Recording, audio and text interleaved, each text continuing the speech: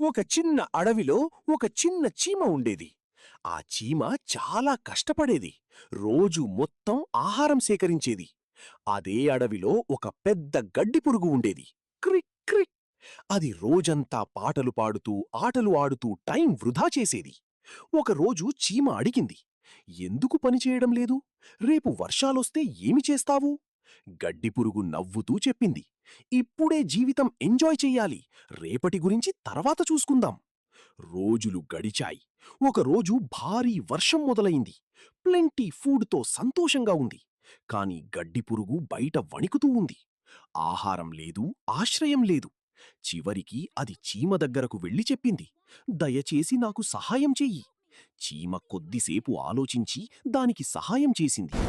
ఆ రోజు నుంచి గడ్డిపురుగు ఒక ముఖ్యమైన పాఠం నేర్చుకుంది. Oh, thank ముందు you. పని, తర్వాత Friends వినోదం. forever.